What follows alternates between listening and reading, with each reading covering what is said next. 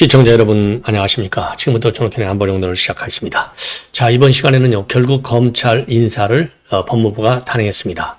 자, 지난번에 말이죠 대대적으로 지금 검찰 이 개혁에 대해서 반대를 했던 이 검사장급 인사들, 검사들, 고위 검사들이죠.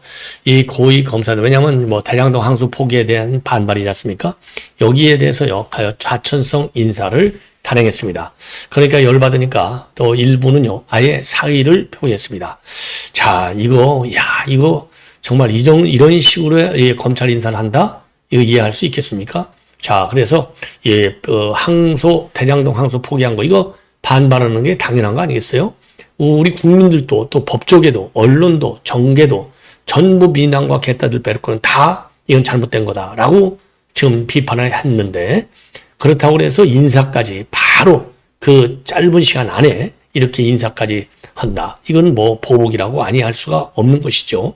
예. 자, 그래서 지금 이제 검찰의 반란을 자극하는 이런 지금 인사를 했다라고 보여져요. 자, 그래서 이제 그 검사장 요 강등 움직임에 대해서 그 당시 수원지검장과 광주고검장은 사의를 표명한 바 있어요. 자, 그리고 이제 징계에 반발한 검찰 간부들도 줄사퇴한 바 있습니다. 예. 더군다나 평검사를 전방했다, 내부 반발이 없다, 이렇게 정성화가 얘기한 거에 대해서 검사들이 그 당시 부글부글 끓기도 했어요. 예. 자, 그래서 요 관련 내용을 여러분께 자세히 말씀드리도록 하겠고요.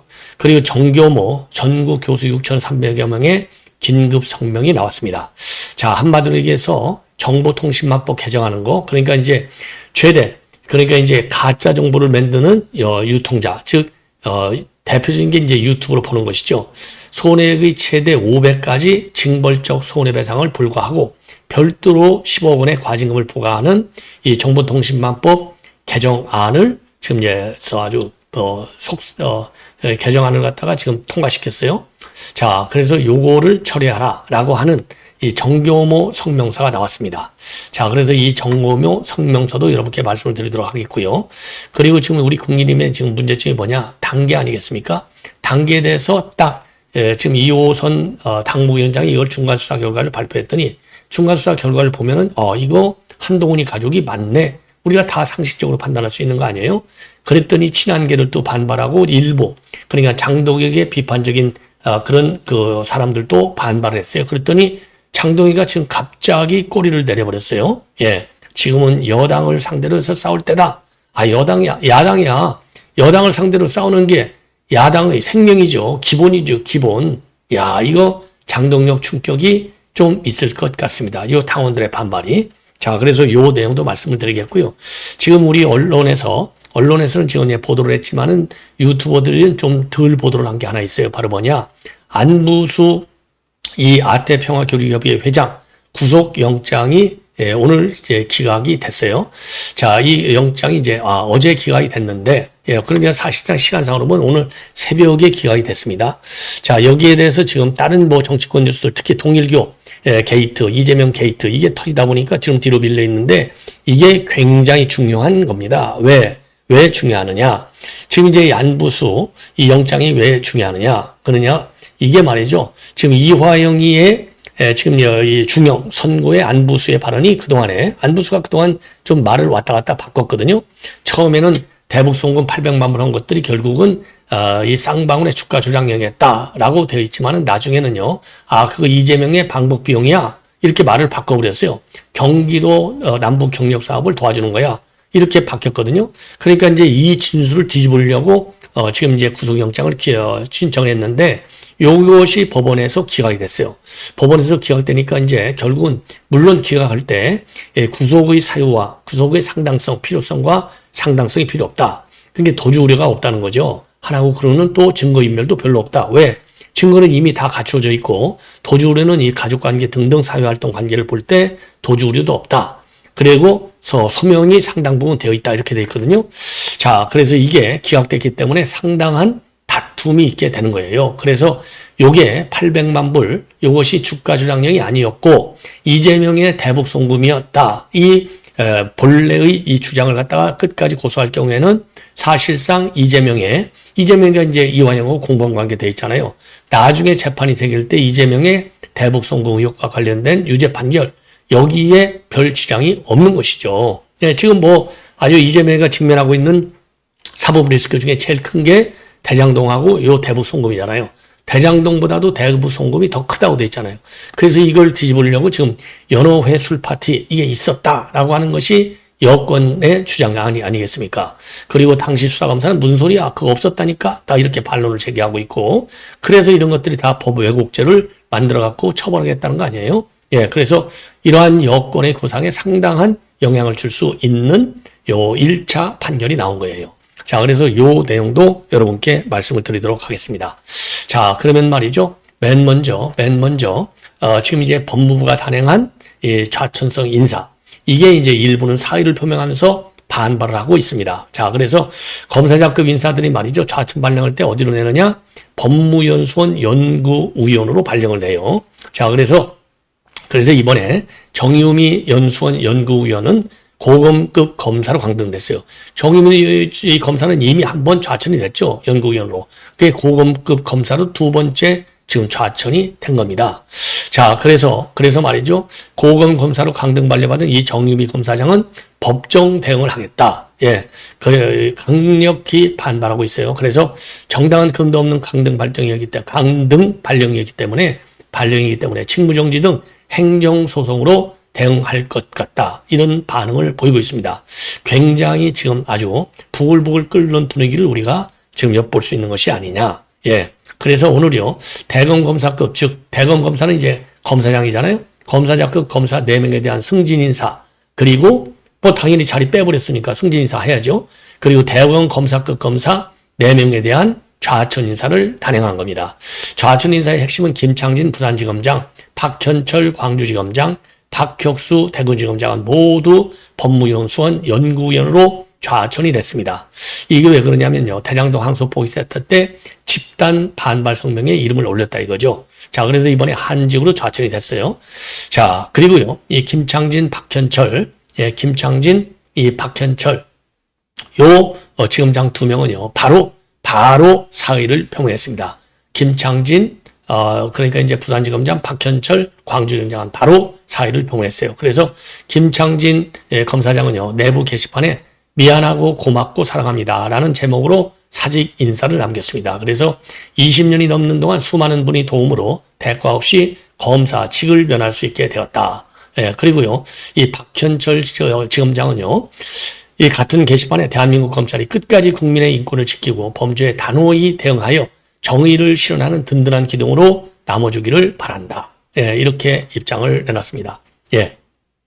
그리고 신임 수원지검장에는 김봉현 현 광주고검 검사, 그리고 대구지검장에는 정지영 현 고양시청장, 부산지검장에는 김남순 현 부산고검 울산지검 검사가 임명이 됐고요. 현재 내란특검에 파견 중에 있는 김종우 부천시청장은 광주지검장에 승진 발령이 됐습니다.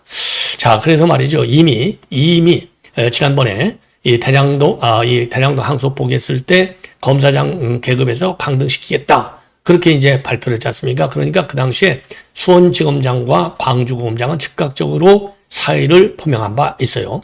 예, 박재욱 수원지검장이 그 당시 집단 성명을 주도한 걸로 알려졌죠. 예. 자, 그래서 이 법무부에서는 그 당시 이거는 국가공무원법상의 집단의 금지 위반이다. 예, 심지어 수사 또는 감찰까지 나서는 방안을 검토하겠다까지 날렸습니다. 자, 그래서 그 당시 말이죠. 검사들이 이런 불의한 그러면 명령은 거부라고 하더니 지금 검찰 길들인 것이냐. 그래서 검찰의 반란이 상당했었어요. 검찰의 반란에 상당했습니다. 무려 18명의 검사장급들이 그 당시 지금 이제 반발 성명에 이름을 올렸었어요. 자, 그래서 결국은 지금 이제 인사를 단행한 거, 이거 보복 인사라고 보지 않을 수 없는 대목이 되는 것이고요. 이게 이제 이런 그래서 이제 징계에 반발한 이제 검찰 간부들이 그 당시 이제 줄줄이 사퇴를 하는 박지혁하고 지금 검사장 대표적인 게 말이죠. 예, 그 사의를 표명했어요. 예. 자, 그래서 이제 앞으로도 말이죠. 이게 하나 이제 이 손보는 본때를 보여주겠다는 건데 지금 검사들이 이대로 있을지 자, 그래서 그 당시에도 말이죠. 평검사부터 검사장까지 검란에 불붙었다라고 하는 보도가 나온 바 있습니다. 예. 자, 그래서 그 당시 이제 대검, 그 총장 대행도 결국은 이제 사퇴한 거 아니겠습니까? 예, 그 후폭풍이 이제 크게 불 수밖에 없을 것이다. 이렇게 판단이 되고요. 그 다음에는 이제 정교모 성명을 여러분께 말씀을 드리겠는데, 정교모 성명. 내용이 또 길어요. 그래서 핵심을 중점적으로 말씀을 드리겠는데, 우선 정교모 성명서를 보면 반헌법적 정보통신망법 개정 즉각 철회한다. 사회 공론장을 파괴하는 권력을 자유, 공화 시민은 거부한다. 이렇게 제목이 되어 있습니다. 예, 그래서 요 내용이요. 상당히 길지만은 이 교수들이 쓴 글이라서 또 배울 게 많아요. 공부할 게. 그래서 조금은 지루하더라도 좀 요약은 하지만은 중요한 부분은 그대로 여러분께 말씀을 드리겠습니다. 자, 그래서 이재명 정권과 민주당이 추진하고 있는 이른바 허위조작정보 근절법, 즉 정보통신망법 개정안이 대한민국의 표현의 자유와 헌정 질서를 심각하게 위협한다는 사실을 성명을 통해 분명히 밝히겠다. 예, 그래서 25년도 10월 20일 민주당의 언론개혁특별위원회는 국회 기자간담회에서 허위정보, 허위조작정보 유통자에게 손해액의 최대 5배 징벌적 손해배상을 부과하고 별도로 최대 10억 원의 과징을 부과하는 개정안을 공개했는데, 민주당은 이를 당론으로 추진한다고 선언했고 그 직후 발표된 개정안이 국회에 제출되었다. 그래서 이 법안은 과방으로 넘겨져 심사에 들어갔고 11월 초부터 언론단체와 시민단체, 학계에서 강한 반대 의견이 쏟아졌다. 그리고 11월 13일 한국시민협회는 우연 소지가 크다고 공식적으로 지정했다. 그리고 언론학자들의 토론에서도 이 법안은 언론자유 위축의 최악수준이라고 평가가 됐고, 그럼에도 여당은 정기국회 내 처리를 강행해서 12월 8일 법안 소위에서는 여야 충돌 끝에 회의가 파행되기까지 했고, 불과 2달 남짓한 기간 동안 헌법상 기본권을 침해할 수 있는 법률이 가짜뉴스 근절이라는 명분으로 공론 과정도 없이 밀어붙여지고 있다는 사실에서 우리는 깊은 우려를 느낀다. 그리고 개정안의 핵심 문제는 추상적이고 모호한 개념 정의, 과도한 경제적 제재, 그리고 플랫폼 사업자에게 부과되는 광범위한 삭제 차단 의무다. 그리고 개정안은 허위 정보를 내용의 일부 또는 전부가 허위거나 사실로 오인되게 변현된 정보, 그리고 허위 조작 정보는 그 허위 조작 정보를 갖다가 그 유통으로 타인을 해야 할 것이 분명한 정보로 규정하고 있다. 그러나 현실의 정치사회 담론은 사실, 의견, 해석, 평가가 복합적으로 결합해 있기 때문에 이 규정들은 정권 비판, 정책 비판, 학술 연구까지 포섭할 수 있는 넓은 영역을 열어놓고 있다. 이러한 불명확한 정의는 공적 비판의 기반을 약화하고 탐사 보도의 영역 전체를 법적 위험지대로 만들 가능성이 크다. 그리고 개정안은 또한 정보통신망법 제44조의 10을 강화해서 허위 조작 정보를 고의 또는 과실로 유통해 손해가 발생한 경우 손해액의 최대 5배까지 배상하도록 하면서 손해액 입증이 어려울 경우에는 법원이 최대 5천만 원까지 추정 손해액을 인정할 수 있게 하고 있다. 더 나아가 발행인이나 운영자가 취재 자료를 제출하지 않거나 사실 확인 절차가 충분하지 않다고 판단되면 악의가 있었다고 추정하도록 설계하였다. 그러니까 이게 얼마나 악법입니까? 이것은 언론사, 1인 미디어, 유튜버 등 사실 전달을 본업으로 하는 모든 개인과 기관이 거대한 법적 위험에 노출되는 구조로 취재원 보호와 탐사보도 등 민주주의 핵심 기능을 심각하게 위협한다. 신설된 제44조의 2심 역시 문제를 증폭시킨다. 그래서 법원에서 불법 정보, 허위 저작 정보로 확정된 내용을 반복적으로 유통할 경우 방송미디어통신위원회가 최대 10억 원의 과징금과 재산몰수 추징을 부과할 수 있게 하며, 이것은 행정부의 행정적 제재가 형사처벌과 별도로 작동하는 이중 제재 구조를 형성한다. 이미 언론단체들은 이 조항이 언론을 겨냥한 사실상의 통제수단이라고 강력히 비판한 바 있다. 그리고요, 플랫폼 사업자에게 부과되는 삭제 차단 의무도 심각한 위협이다. 법안 구조상 정보의 일부라도 허위로 판단되면 전체 게시물의 유통이 금지될 수 있어서 플랫폼은 법적 정치적 리스크를 피하기 위해 권력 비판이나 민감한 정치적 표현이 포함된 게시물을 선제적으로 삭제할 유인을 갖는다. 이것은 국정 운영의 비판 감시 기능을 약화시키고 공론장을 사적 검열 체계로 전환할 위험이 크다. 그래서 우리는 이 개정안이 해외에서 이미 심각한 폐해를 낳은 여러 사례와 구조적으로 유사하다는 사실을 엄중히 지적한다. 그리고 2017년 베네수엘라 마두로 정권이 제정한 혐오법은 증오 조장이라는 모호한 개념을 근거로 최대 20년 징역형을 허용하고 언론사 폐쇄, 인터넷 포털 차단까지 가능하게 하겠다. 이 법은 야당 정치인과 정권 비판 언론을 직접적으로 탄압하는 도구가 되었고 표현의 자유는 급격히 붕괴하였다. 자, 중국에서도요. 형법 제293조 심계자사, 즉 시비조장 및 소란, 이거는 정권이 원하지 않는 비판 표현을 처벌하는 만능 조항으로 가능해 왔고 2011년 이후 이 조항은 온라인 공항까지 확대 적용되었고 2014년대에는 최고법원의 사법 해석을 통해서 SN상의 루머나 정권 비판 글도 형사 처벌 대상이 되었다. 그 결과 수천 건의 처벌 판결이 이어졌고 2000년 20년 이후에는 관련 판결물 상당수가 국가 데이터베이스에서 조직적으로 삭제되는 연구 결과까지 존재한다.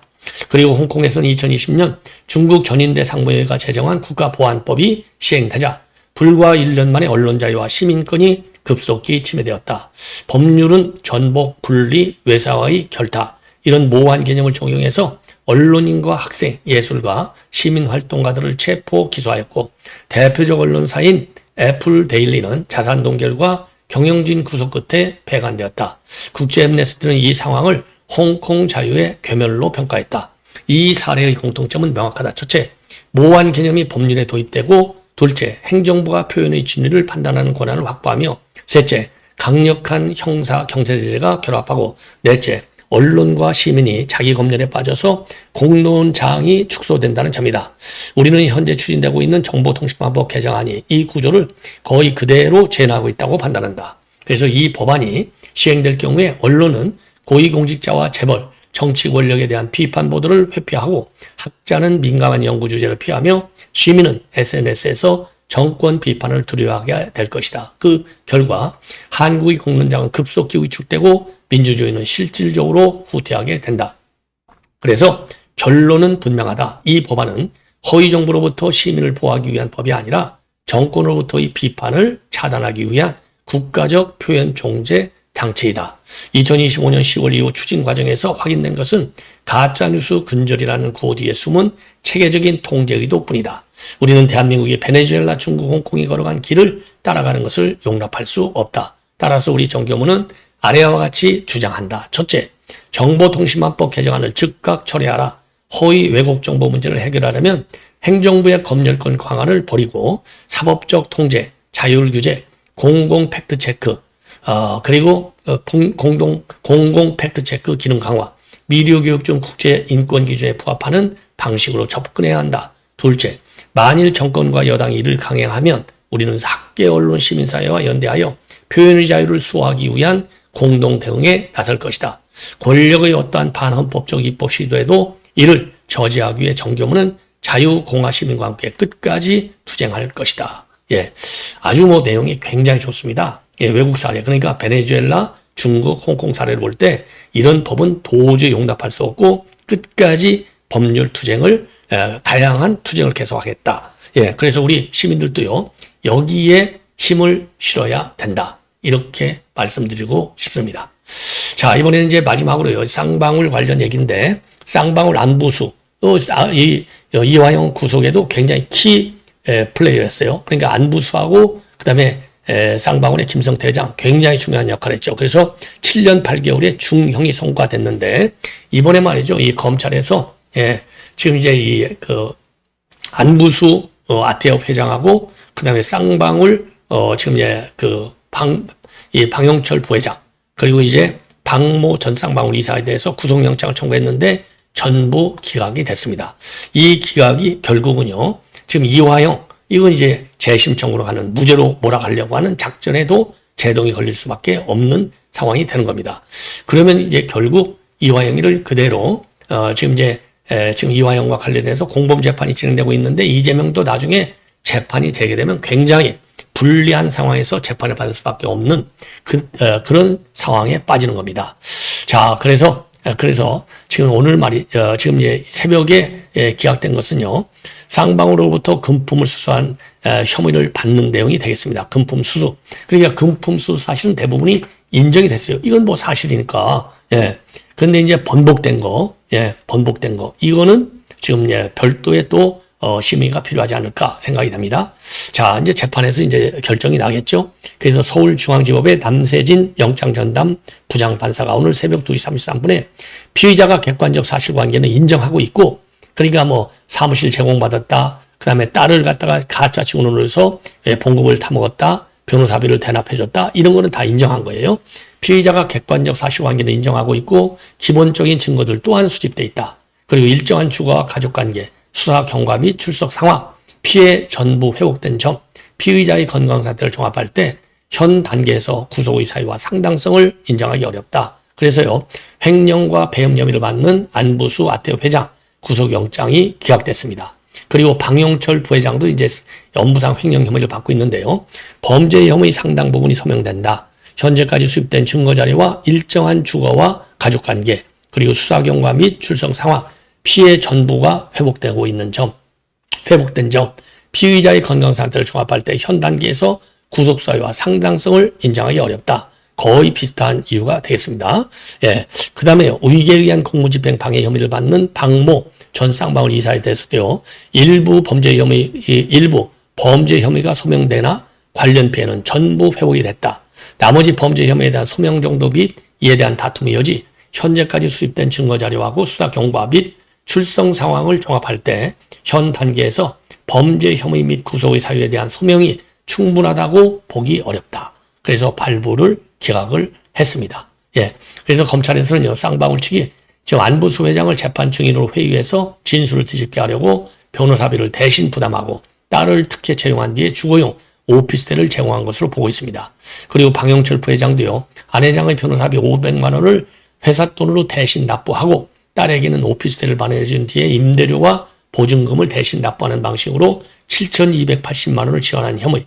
예. 그리고 안 회장의 딸을 쌍방울 계열사에 취합한 것처럼 꾸미고 허위급여로 2,705만 원을 지급한 혐의도 받고 있어요. 자, 그래서 이 검찰은요, 쌍방울 측에서 안부수 회장의 증언에 영향을 미치는 의도로 범행을 저질렀다. 이렇게 보고 있는 겁니다.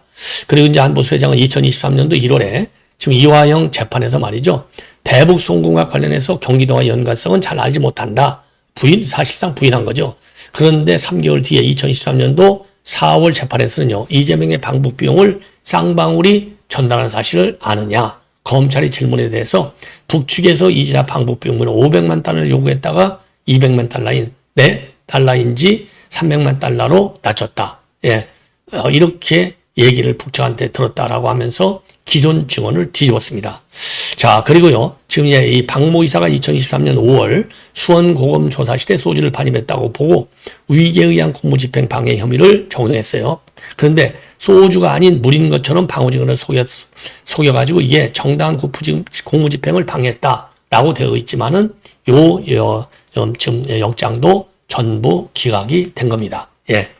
자, 그래서 이렇게 이제 기각이 됐다는 얘기는요, 결국은요, 앞으로 이화영 재판 재심으로 몰고 가려고는 여권의 전략에도 상당한 차질이 있을 수밖에 없고, 그리고 이제 그거를 바탕으로 해서 이거 봐라, 공무원으로 돼 있는 이재명이도 사실 무죄로 끌고 가려는 게 여권의 지금 의도잖아요. 그래서 지금 이화영 재판 국민 참여 재판을 하겠다는 것이고, 그래서 검사들이 요거를 갖다가 공소유지를 철저히 하려고 64명을 신청했는데 6명밖에 허용을 안 해줘.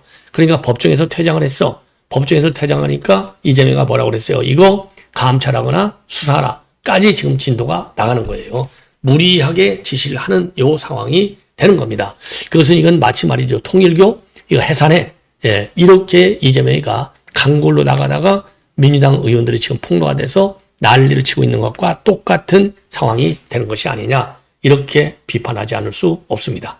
예. 시청자 여러분, 이렇게 해서 본 방송을 마치겠습니다. 대단히 고맙습니다.